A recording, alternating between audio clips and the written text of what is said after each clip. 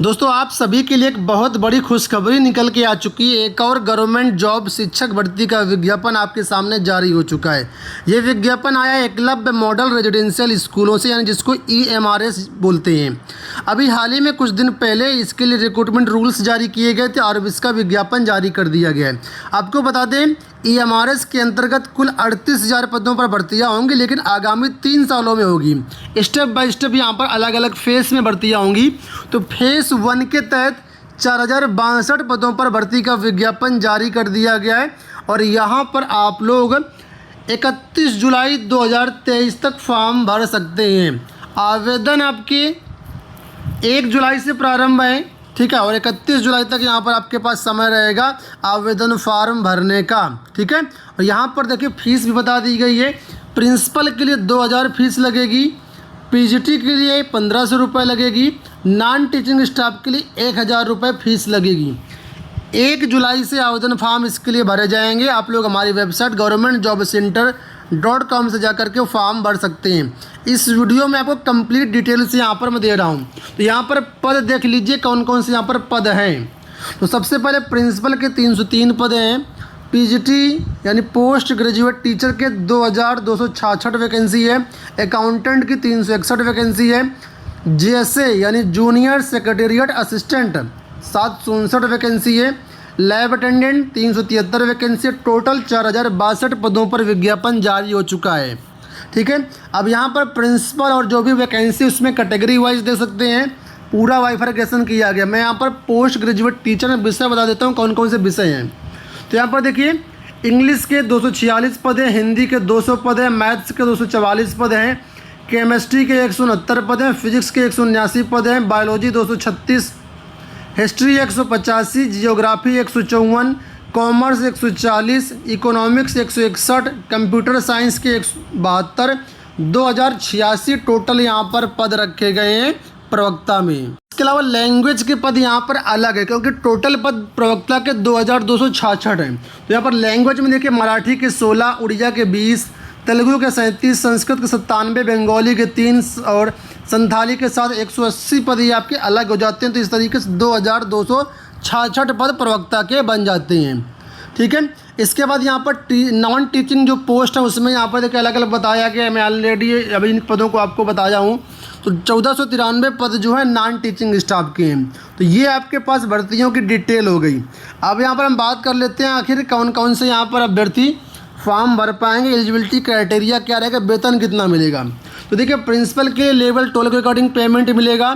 Post graduate teacher level 8 के according payment मिलेगा, यानी 65,000 से स्टार्टिंग लगभग होगी। 47,600 पहला बेसिक पे बनेगा आपका। अकाउंटेंट लेवल 6 के अकॉर्डिंग पेमेंट है। JSA लेवल 2 और लैब अटेंडेंट लेवल 1 के अकॉर्डिंग यहाँ पर पेमेंट रखा गया है।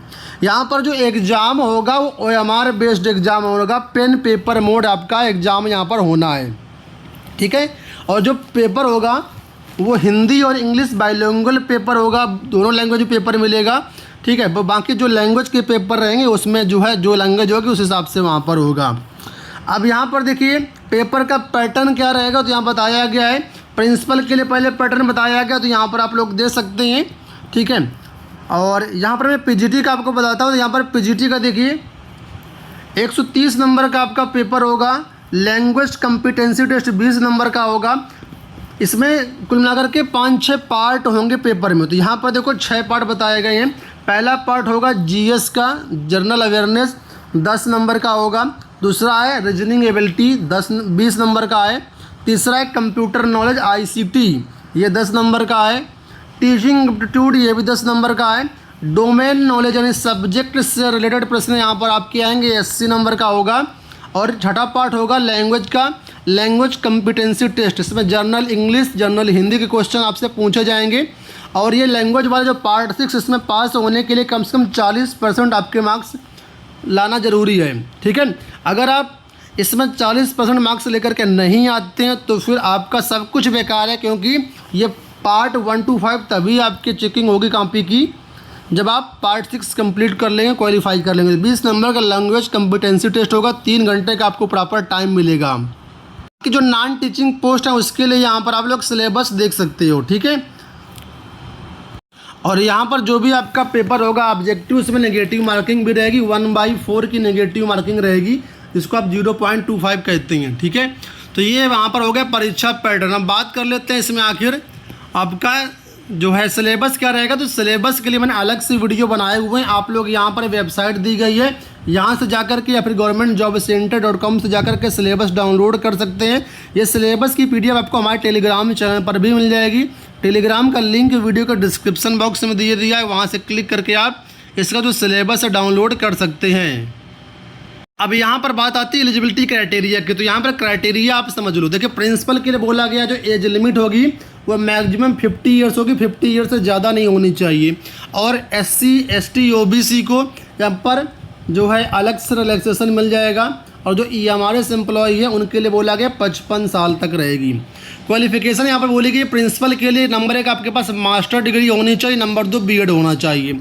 ये तो हो गई एकेडमिक की बात। अब एक्सपीरियंस भी मांगा गया है। तो एक्सपीरियंस यहाँ पर मांगा गया है, देखिए कि 12 साल का एक्सपीरियंस कंबाइंड रूप से चाहिए, वाइस प्रिंसिपल PGT या TGT का 12 साल का कम से कम एक्सपीरियंस होना चाहिए, जिसमें से 4 साल आपने PGT के रूप में सर्विस किया हो। डिजायरेबल में अगर आपको नॉलेज है रेजिडेंशियल स्कूल में काम करने का तो आपको यहाँ पर वरीयता मिलेगी। हिंदी इंग्लिश या रीजनल लैंग्वेज में आपकी प्रोफिशिएंसी है तो आपको वरीयता मिलेगी। कंप्यूटर नॉलेज है तो आपको अलग से वरीयता मिलेगी। तो ये तो बात हो गई प्रिंसिपल की। अब पोस्ट ग्रेजुएट टीचर के लिए यहाँ पर जो एज है मैक्सिमम 40 ईयर्स है। रिजर्व कैटेगरी के छात्रों को अलग से एज रिलैक्सेशन दिया जाएगा और जो EMRS एम्प्लॉय उनके लिए 55 साल एज है मैक्सिमम।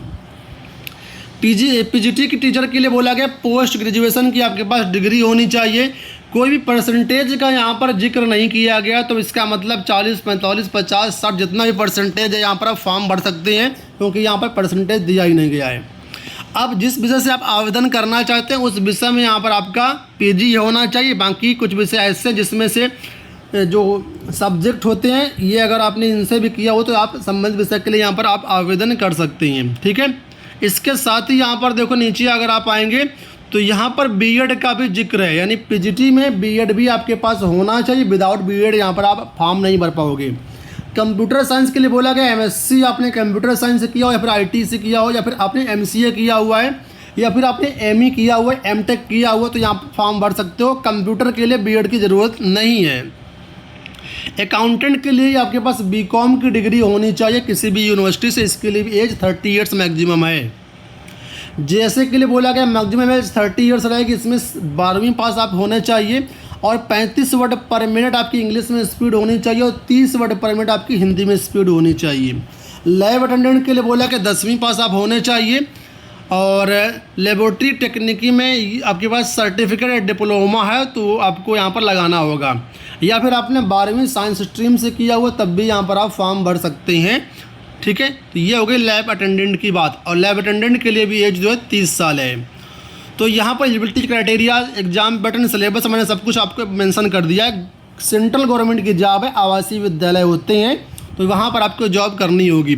ऑल ओवर इंडिया कहीं पर भी आपकी जॉब लग सकती है।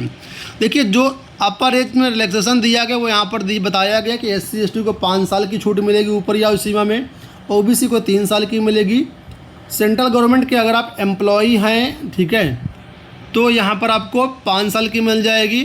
और दिव्यांग हैं तो कैटेगरी के हिसाब से अलग अलग मिल जाएगी। जितनी महिलाएं हैं अगर वो PGT में आवेदन कर रही हैं तो 10 साल की ऊपरी सीमा में छूट मिल जाएगी। महिलाओं को प्रवक्ता के लिए 10 साल की छूट है, आप किसी भी कैटेगरी से बिलोंग करते हैं। ठीक है,